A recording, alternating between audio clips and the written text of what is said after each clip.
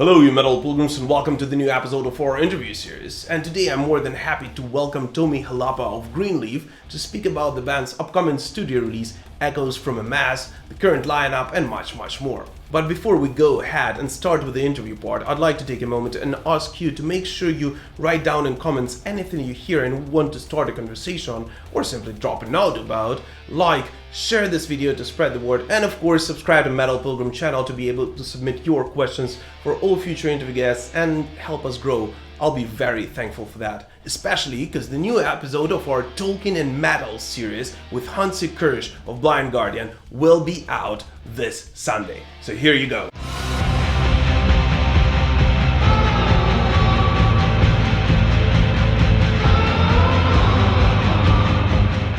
Hey Tommy, how's it going, man? All is good.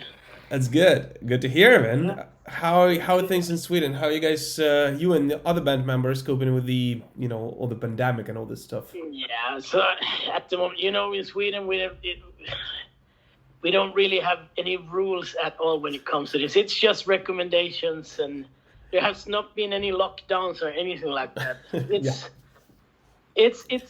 It's crazy in a way, because in Sweden there lives like 10 million people, and we have 13,000 dead from the pandemic. So that's quite a lot. Yeah, that's a lot. So I think they've kind of taken the whole situation a little bit too easy. Okay. But for the band, it's been good because we have been able to meet up at the rehearsal room and write the last album pretty much. But okay, Hans, our bass player, he lives in Germany, in Berlin. So for him, it was a little bit harder to come here. Yeah, those guys are way more strict about it. Yeah. Absolutely. So yeah, we couldn't really rehearse so much together. But other than that, it's everything. Okay, people know. Okay, there's of course a whole bunch of assholes here that don't care about the rules, the recommendations that we have. I think they're everywhere, man. Yeah, they are. Like protesting against everything, and it's just stupid. Yeah. I think at this point we all should just come together, end this thing for once, do our part, each one of us, and just get it over with, and get back to regular touring, concert lives, and everything that rockers and metalheads around the world love. Right. Exactly. Absolutely. Everybody just do the part, do what you've been told, and try to get rid of this as fast as possible. It's true. It's not that hard. No, it's not. But Tommy, you actually started talking about it briefly. But so tell us about your new album, Echoes from a Mass, which will be out on March 26th. Congrats on finishing it up and being able to actually do it together, man. So when did you actually start working on it, and what was the creative process like? I think pretty much we started right away after Here Rivers. The previous album was released. We always start writing new riffs right away. We were not in a hurry, writing a new album right away because we just released the previous one. But writing riffs, we're always working on new ideas. Yeah. I think before the pandemic hit us, we had like 7-8 songs, but 4 of them made the album. Okay. Because we felt, some of the songs, maybe they will show up on the next album or something, but it didn't really fit the vibe that we had going on. Mm-hmm. But we had 4 of the songs were written before the pandemic and the rest during the pandemic. Because, all the shows and tours were canceled, so we had a lot of time to put into songwriting. But usually it starts with that I write riffs at home on my acoustic guitar. Yeah. Bring it to the other guys, the rehearsal room, and we just jam. That's how we write songs. And then I come back home and work a bit more on the song ideas that we make in the rehearsal room, and we go back and forth like that until we have a finished song. But this time it was a little bit different. Because, Arvid, our singer, he lives in Stockholm. It's like 3-hour drive from where we live. And Hans, like I said, he lives in Berlin, Germany. So it wasn't so easy for him to just jump on a plane and come to Sweden. Unfortunately. So it was more like, it was me and Sebastian, our drummer, meeting at the rehearsal room, working on the riffs that I've written, try to make, maybe come up with a verse or just an idea for a song, and then record it on a simple recording on the phone, and then just email it to the guys, and they listen to it. Yeah, give their opinions and come up with bass parts and vocals and stuff like that, and send back to us. Okay. So that's how we did it. We just kept sending riffs and song ideas back and forth, and then in the end, we recorded the album at the end of October, and in late September, early October, Hans was able to come here for like 2 weekends. So we had 4 days of rehearsal as a full band before the recording. That's hectic. yeah, but we worked it out because we would record everything live also. So we have, except for the vocals, of course. Okay. It's drums, bass, and guitar live in the room, and we record that. Okay. So we have to be tight. We have to know the songs. So I think Hans did his homework at home, and then we had those 4 days. But it all worked out good because we had the studio booked for 7 days to record everything, even the lead vocals as well. So I can't complain. We worked it out, and it sounds good. So that's good. Good. Of course, it would have been more fun in the end if we could have rehearsed more together and work on the songs together in the room instead of just sending the emails back and forth. And unfortunately, I think this is the reality that most of the bands in today's pandemic situation, but in a globalized world, which is more important than that. When you have people from all over the world, pretty much in a band sometimes, right? Work together, and it's great that internet can bring us together. I mean, I'm from Kiev, Ukraine. You are from Sweden, and we are sitting right now and talking. Most likely a guy from Germany will watch it or someone like that. Yeah, it's amazing if you think about it, how far we have come with all the technology. When I started my first real band, that was in '95. You couldn't even think about things like this. You could just write a song idea and just email it, and you could have it in like 2 seconds, and you have the song. 100%, man.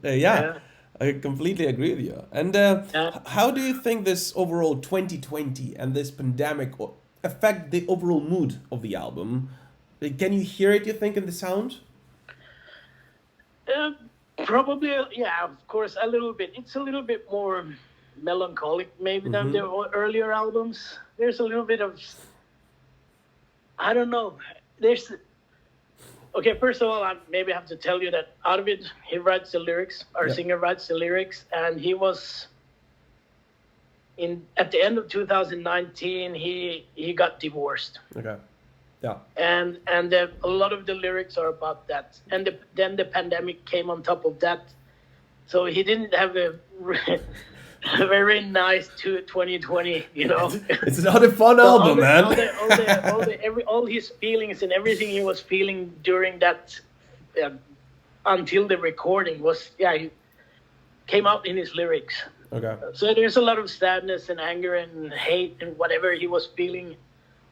So it's the divorce and the pandemic mixed together. So it wasn't the lyrics are not very positive this time.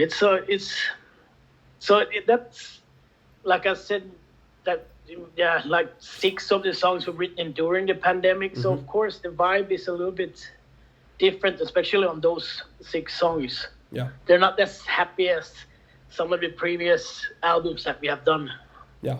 Because that's exactly what I was going to say, right? I mean, I was able to hear the album, obviously, last week, and one change that I immediately picked up, right, about it being quite melancholic. It almost leaned. It's almost like you leaned both in terms of the sound and the lyrical themes towards a darker, more of a at some point even doomish path. That I personally picked up, man. But are there any particular bands that you kind of looked up to while writing this record? Not really any particular bands. We all listen to all kinds of music. It's not like we only listen to stoner rock or 70s rock. We all listen to we listen to a lot of soul music, jazz, and pretty much anything that's good.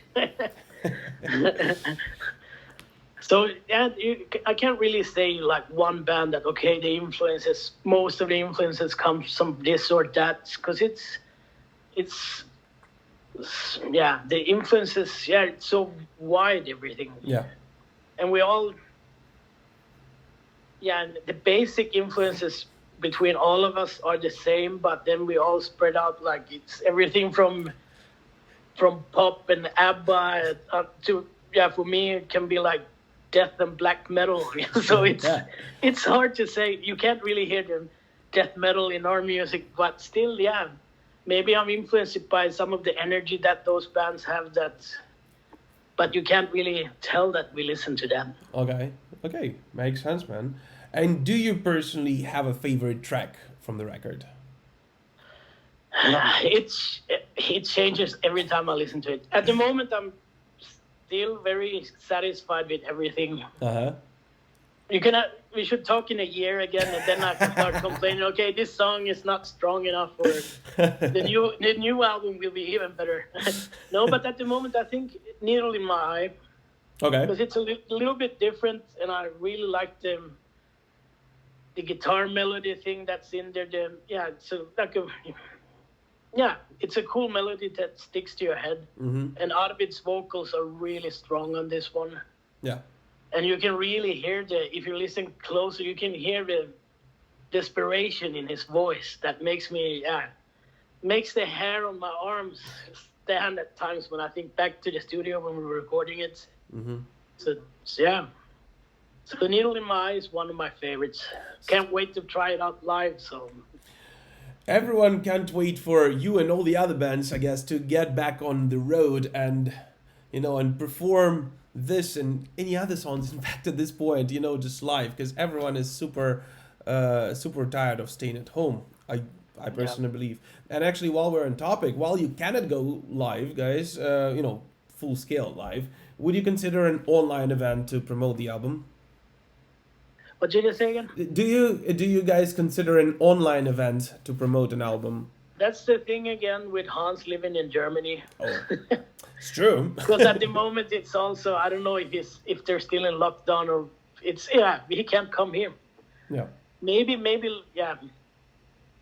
bit later on when it's more easier for him to travel here. Yeah. But then it's again, then we have to start rehearsing first and do all this and that. And if you have 2 weeks only, it's quite hard. People have asked me this question many times now, but it's not easy at the moment. And maybe we could do something like acoustic with just the drums and one acoustic guitar and vocals, but that wouldn't be fair to Hans. It's true. Being left out again. But maybe later when the borders open up and it's easier to travel. 100%. But then I think probably the shows will start rolling on also. But I know for sure that we will not do any full-length tours this year. Yeah, unfortunately. Yeah, unfortunately. But we still keep hoping. We have some smaller shows booked for the summer and autumn, and we really hope that some of those might happen. Yeah. Just keep our fingers crossed, because at the moment no one really knows. 100%. And who knows, maybe the vaccination will kick in a bit quicker around the world, or at least around Europe, right, for now. Yeah. And then you'll be able to tour in some of the summer festivals, maybe not the hugest ones. I mean, Wacken most likely is not going to happen. I mean, let's be realistic here, or something of that kind of scale. Yeah, I know that Hellfest, they postponed to next year. We were supposed to play there, but it's happening next year instead. So Download, Hellfest, Wacken, all those kind of festivals, and most likely they will not happen this year.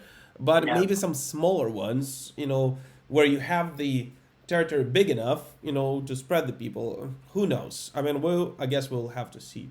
And actually, you mentioned your personal influences of death and black metal in addition to some other ones. Can you name some bands that for you personally growing up were kind of the most important ones and the most influential ones? for growing up, when I was a kid, it all started with Kiss. Everyone says that. I think for everyone it but started. I don't know. That's the truth. It was Kiss. Going through my uncle's vinyls, and I'm seeing the Kiss albums, and it's like, okay, this looks cool. What is this? And then my mom bought me my first Kiss record, and after that I was hooked on music, and from there it went to the typical most of the like the big 80s bands. Yeah. And then came Anthrax and more thrash metal. There was a period there. Still love Anthrax. Mm-hmm. Great band. Yeah. I was supposed to see them live last year, but it got cancelled. Unfortunately. Cool. Yeah, they're great live. I saw them in in '91 or something like that. So that was cool. Yeah, I can imagine. I'm old. So No, you're not. I mean, I'm one of those guys who still collects all the vinyls, and I have like half of my room is all just vinyls stacked up on top of each other. So I guess we're even on that one. Same here. I still have all my vinyls left from when I was a kid, and then I'm still buying vinyl. I even kept buying vinyl in the '90s when no one cared. I still do it, man. Stoner rock bands still released vinyl, so it was. I still do it. I mean, I have one right in the background over here. Yeah. That's one still sealed. Yeah, and I have like 2,000 CDs, but I never listen to them. But I still will keep them for good memories. It's a cool one, and I think it's very, very rock and rollish and metalish of people, to keep those. I don't really see that in other genres that much, right? I mean, I think it's somehow the memorabilia of, of rockers. It's kind of on the other level. People still go out and buy physical copies of music. They actually do it. I mean, there's last infographics showed that, for the past 10 years, it's actually, for the past 5 years, it's more that they purchase than they did 5 years before.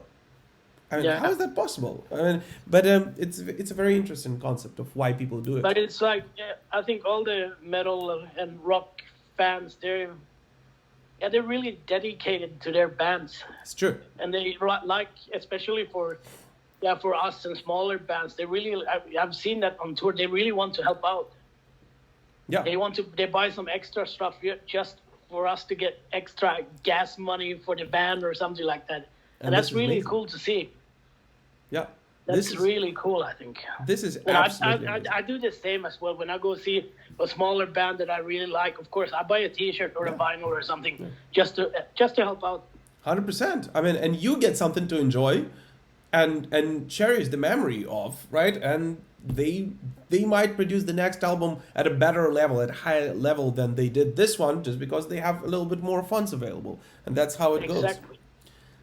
100%. I think more people should continue doing this. Spotify and all those places are really good to find new bands. 100%. But then if you really like the band, just order a vinyl or a T-shirt or something and help out. Yeah, 100%. I agree with you, man. All right, man, I don't want to keep you here for too long, so just a couple of more questions if you don't mind. Okay. Throughout the years, you guys had several lineup changes, right? At some point, more than half of the band has been active in both Greenleaf and Dozer, right? Now it seems like your lineup is pretty consistent. It's pretty stable. Can you say that current Greenleaf lineup, and currently you guys have the strongest team you've ever had, and you guys are at your highest point in career in a way? Yeah, definitely. With the lineup we have now, when Arvid, our singer, and Sebastian, our drummer, joined the band in 2013, then when we did the recording, when we recorded Trails and Passes, that album, that was the first thing I did with those guys. It felt so good that we started talking that this should be a real band now. Because before that, it was just a side project. Side project for Dozer, yeah. Yeah, it was like, But when we did that album, and Dozer was, it was on ice for the moment at that time. So I wasn't doing anything. Greenleaf was the only band I was involved with at the moment, at that time, I mean. So when we recorded Trails and Passes, it felt so good that we started talking that we should do this. We should give it a try and start touring more, and yeah, it should be a real band instead of just a side project. Yeah. But that's how it all started, with taking Greenleaf more seriously. Mm-hmm. Because it was, especially when Arvid joined the band, also it started like I found someone that it's easy to work with him. He comes up with really good, he's a great singer. He comes up with great vocal melodies, and he's fast with what he does. Mm-hmm. I don't have to be there. Come on.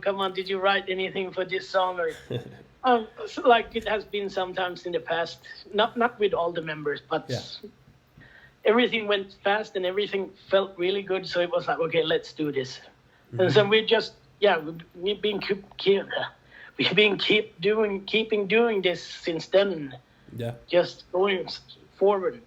And as I see it, we keeping growing for every album we have done. Yeah.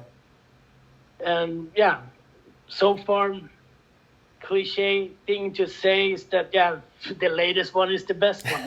But that's a very cliche thing to say.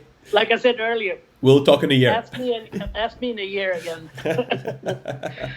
Nobody feels, for me personally, it feels like it's 10 songs, and it's the 10 strongest songs that makes the whole album strong. I mean, on the previous albums, after a few months, you start feeling that, that song wasn't as strong.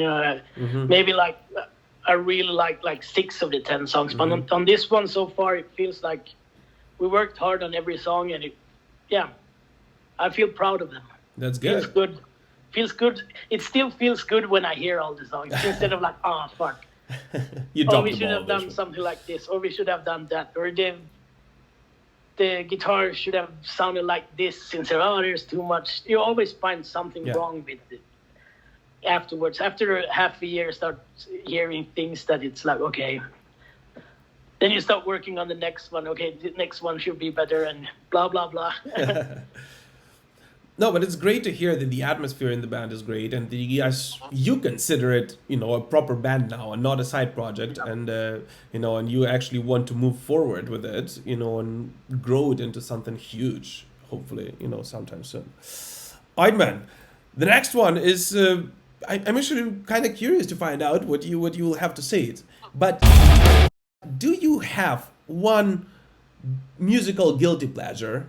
I mean, what do you listen to when no one hears you, and if it's not rock and roll or anything like that?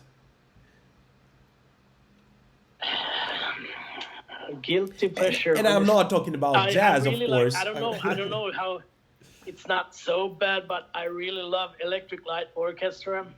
Okay. Amazing. Mm-hmm. Jeff Lynne is an amazing songwriter. Yeah.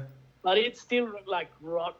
Poppy. It is. You can really hear that he loves Beatles, and I love Beatles, of course. But it's not really a guilty pleasure, because everybody, if you don't like Beatles, there's probably something wrong with you. Most likely, man.